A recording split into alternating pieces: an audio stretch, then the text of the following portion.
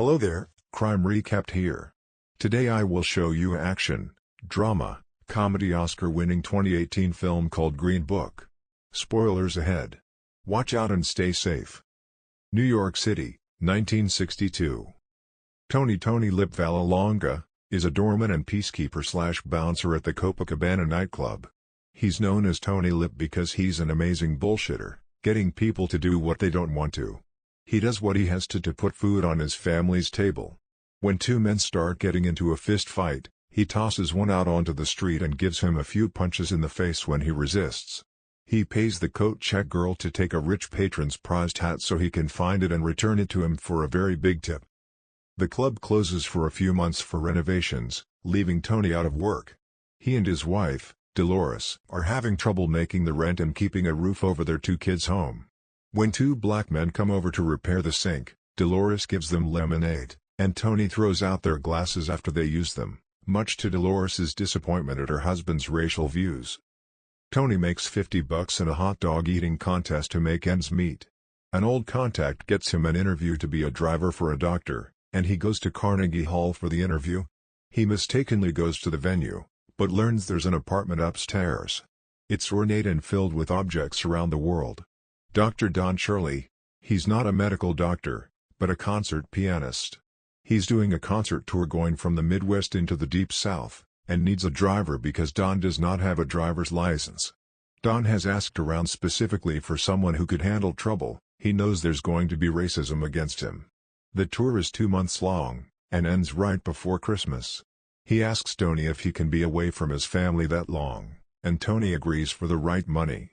But when Don insists that Tony be prepared to iron his clothes and shine his shoes, Tony refuses, saying he's not a butler. Don dismisses him. Tony goes to a bar, upset he fumbled the interview, and a couple of mobsters he knows from the club offer him unsavory work. He declines, lying that he's got money saved. Early the next morning, Don calls Tony's house and asks to speak to Dolores. He asks her if she's okay with her husband being gone for so long. When she agrees, he offers Tony the job. Dolores asks Tony to write her letters, much to his chagrin. The record company rents Tony a nice car, and gives him half the money up front, and tells him he'll get half at the end of the tour. If Don misses a show, he won't get the money. They also give him the Green Book, a tourist guide and list of safe places for black people to stay in the segregated Jim Crow Southern states. Tony is a loudmouth and a talker, and gets on Don's nerves a lot during the drive. As they approach their first tour stop, Don suggests that Tony use a different last name and try to talk better around the guests, but Tony says if they have a problem with how he talks, he'll wait outside, which he does. From outside he watches Don play piano and is impressed with how brilliant he is. Afterwards, he gambles with the other help who are all also outside, and Don is upset with him for being so low class. Tony wants to know why Don is giving him such a hard time and no one else, and Don says it's because unlike the other help, Tony had the option of being inside. In the car, Tony plays contemporary music on the radio and is shocked when Don doesn't know popular music like Aretha Franklin. He questions if Dr. Don Shirley is even black, and when he drives by a Kentucky Fried Chicken and finds out Don has never had fried chicken, he stops. He playfully forces Dr. Shirley to try the chicken. Tony works on his letters for Dolores, and they're terrible, so Don helps him make them more poetic and beautiful. At a later stop, Tony finds a gemstone that's being sold on the ground and pockets it, but Don forces him to put it back, saying it's stealing even though Tony disagrees. As they enter the South, Don has to stay at blacks-only hotels separate from Tony. Alone at one motel, Don drinks by himself, alienated from the other black people at the hotel. Tony gets a call at his room that there's a skirmish happening at a local bar, where he finds Don being assaulted by racist white patrons. Tony reaches for a gun and claims he'll shoot if they don't let him go. They narrowly escape, and Don asks if he really has a gun. Tony says of course not, and orders Don to go nowhere without him. At the next concert venue at a southern mansion, the host is very friendly to Don. For dinner he has had the cook's prepared fried chicken. At intermission, Don asks to use the bathroom, and the host directs him to the outhouse, not allowing him to use the inside bathroom. Don refuses to use the outhouse, so Tony drives him back to his hotel just to use the bathroom there. At the next stop, the two walk by a suit store, and when Don admires a suit in the window, Joe insists he buy it. When they enter the store, the racist employees refuse to sell Don a suit. That evening, Tony is called to a disturbance at a local YMCA where Don and another local white man have been arrested. Apparently the gym manager caught them in a fistfight. Tony bribes the police officers to let Don go.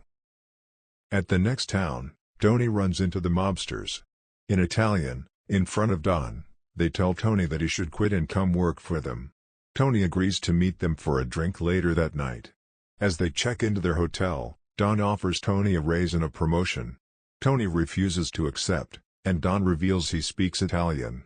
Tony explains he was never going to take the job, he was going to meet them and tell them now. Don is relieved. He awkwardly apologizes to Tony for the situation the night before, but Tony explains that he's been working in New York City nightclubs for years and knows that the world is complicated.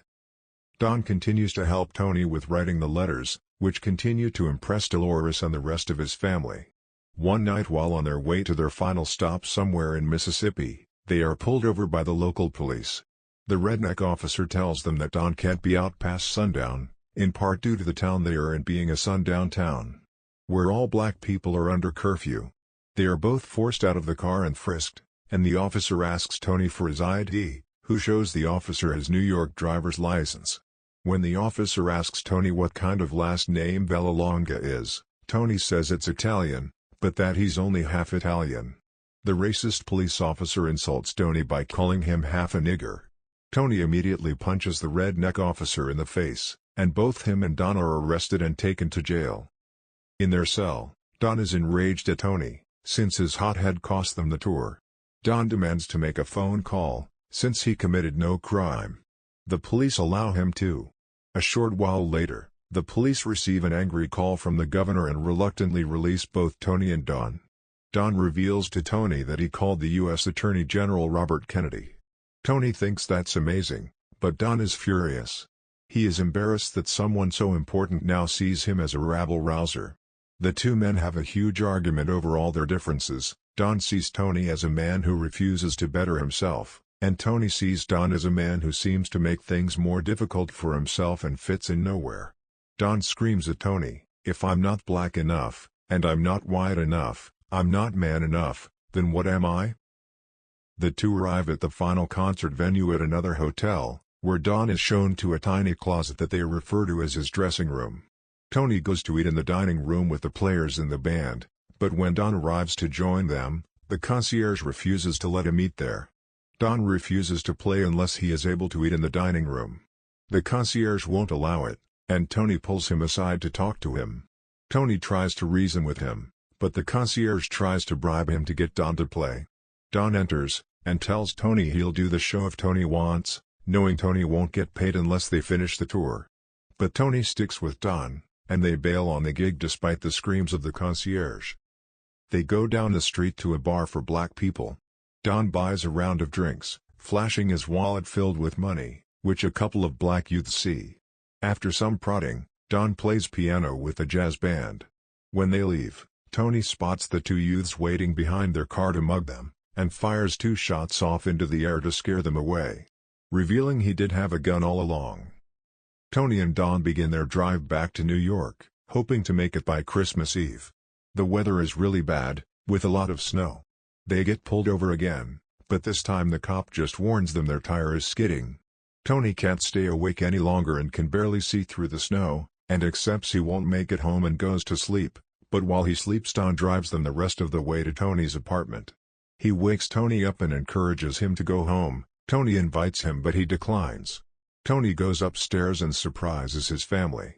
Don returns to his ornate apartment, and sits there alone. He ends up coming to Tony's, and while most of his family is a little confused, Dolores joyously welcomes him and thanks him for helping Tony with his letters.